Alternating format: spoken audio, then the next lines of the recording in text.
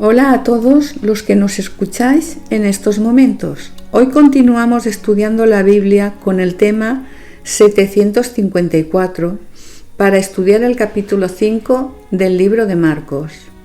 Como siempre, le damos la palabra a Francisco. Este capítulo 5 está dedicado a 3 sanaciones: un endemoniado, una mujer con flujo de sangre y la resurrección de la hija de Jairo. Comenzamos con la sanación en la región de los Gadarenos y nos presenta a un hombre poseído por Satanás que dice que representa a una legión. Esto de legión parece que es simbólico, pues una legión romana estaba formada por 6.000 hombres de a pie y 700 hombres a caballo, lo que estaba queriendo decir el endemoniado que representaba a muchos. Pues los textos nos indican que se trataba de un endemoniado terrorífico, según podemos ver en el versículo 4, que dice así: porque muchas veces había sido atado con grillos y cadenas, mas las cadenas habían sido hechas pedazos por él y desmenuzados los grillos, y nadie le podía dominar. Los grillos eran anillos de hierro que se colocaban en los pies de los presos para que no se escapasen, pero parece que esta persona endemoniada tenía una fuerza terrible. Yo me imagino a los discípulos muertos de miedo y huyendo de allí, pero comprobamos por medio del relato que Jesús se mantuvo tranquilo y solamente con la mirada apaciguó al endemoniado. Eso nos lo dice los versículos 6 y 7 que paso a leer. Cuando vio, pues, a Jesús de lejos, corrió y se arrodilló ante él, y clamando a gran voz, dijo: ¿Qué tienes conmigo, Jesús, Hijo del Dios Altísimo? Te conjuro por Dios que no me atormentes. Es incomprensible que los dirigentes judíos no reconociesen a Jesús como Hijo de Dios. Sin embargo, este endemoniado sí que lo trató como Dios, pero es porque el diablo sí que lo sabía y le estaba haciendo un seguimiento profundo a Jesús por medio de este endemoniado para ver cómo podría atacarle. Aunque algunos judíos criaban cerdos para comerciar con ellos, por supuesto no para comer su carne, no se puede comprobar que sus dueños, los dueños de estos cerdos, eran judíos.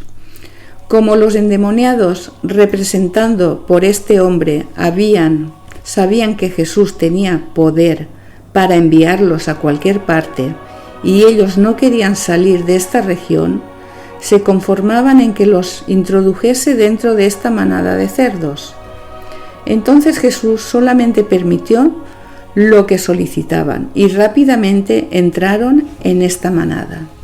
Los cerdos, al ser poseídos por los demonios, parece que se volvieron locos y se lanzaron a un precipicio que daba al mar, y allí cayeron y se ahogaron. Los que apacentaban a los cerdos fueron a la ciudad y contaron todo lo que sucedió, que el poseído por los espíritus había sido sanado, que los espíritus habían pasado a los cerdos y estos se habían despeñado. Al enterarse todas estas personas de una cosa tan rara y espectacular, tuvieron miedo y rogaron a Jesús que se marchara de allí. Esto lo podemos ver en los versículos 16 y 17 que paso a leer. Dice: y les contaron lo que lo habían visto, cómo había sanado Jesús al que había tenido el demonio y también lo de los cerdos, y comenzaron a rogarle que se fuera de sus contornos. Los propietarios de estos cerdos veían que Jesús podía arruinarles el negocio de los cerdos, por lo que prefirieron que Jesús se marchase para continuar su negocio de los cerdos, aún a sabiendas de que perdían el privilegio de que Jesús se hubiese quedado con ellos. En el versículo 18 que voy a leer, podemos ver que el endemoniado, al quitarle Jesús estos espíritus malignos, había encontrado la paz que tanto tiempo había buscado, por lo que quería irse con Jesús para estar protegido del posible retorno de los demonios. Dice así: al entrar él en la barca, el que había estado endemoniado le rogaba que le dejase estar con él. La realidad actual es que muchas personas prefieren intentar no entregarse por completo al Señor por miedo de que la gente los tomen por ignorantes y, como consecuencia, pierdan trabajo o negocios. Jesús rehusó la invitación del endemoniado a quedarse con él, porque las personas sanadas necesitaban proclamar lo que Jesús había hecho por ellos, y los habitantes de Decápolis necesitaban conocer este testimonio. Cuando Jesús pasó a la otra orilla, se le presentó un dirigente de la sinagoga y le dijo lo que figura en el versículo 23, que paso a leer. Mi hija está agonizando, ven y pon las manos sobre ella para que sea salva y vivirá. Pero en esos momentos, y debido a la gran cantidad de gente que seguía a Jesús, éste notó que alguien le tocaba de una forma especial. La mujer que había tocado a Jesús estaba enferma desde hacía bastantes años de flujo de sangre. Se había gastado mucho dinero para ver si alguien podía sanarla, pero todo fue inútil, por lo que decidió ir a Jesús con la seguridad de que éste la sanaría. Es cierto, Victoria, pero voy a leer los versículos 27 y 28 que lo explican. Dicen así: Cuando oyó hablar de Jesús, vino por detrás entre la multitud y tocó su manto, porque decía: si tocare tan solamente su manto, seré salva. Fijaos que no dice que sería sanada, sino que sería salva.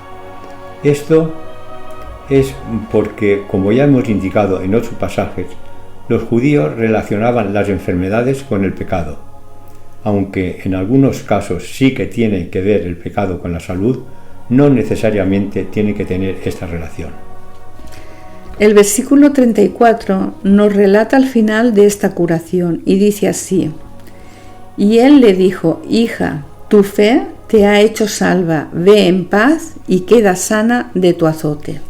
Ya los versículos 35 hasta el final tratan sobre el milagro que realizó Jesús al resucitar a la hija de Jairo, un dirigente de la sinagoga. La acompañaron a la casa de la niña difunta. Las personas ya estaban llorando por causa de la muerte de la niña. Pero dice Jesús, en el versículo 39, ¿por qué alborotáis y lloráis? La niña no está muerta, sino duerme.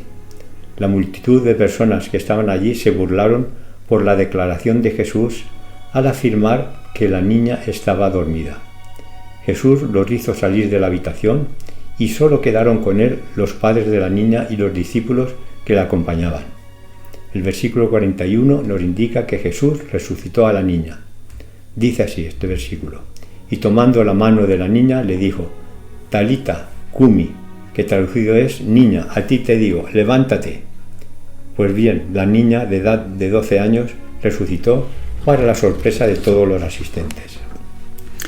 Hemos acabado el estudio del capítulo 5 del libro de Mateo, por lo que mañana continuamos estudiando la Biblia con el tema 755. Bendiciones y hasta mañana.